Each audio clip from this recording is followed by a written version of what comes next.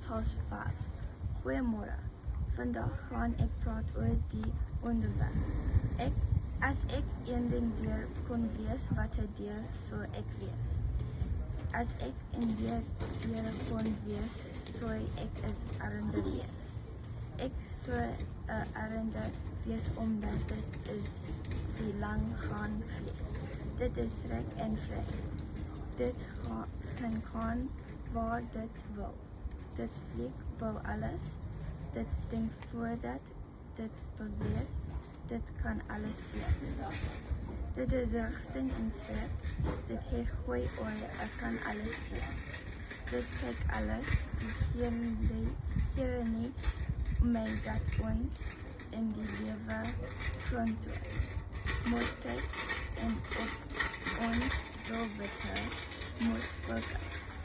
Met nie net kyk wat oor ons is nie, dink ook aan toekoms.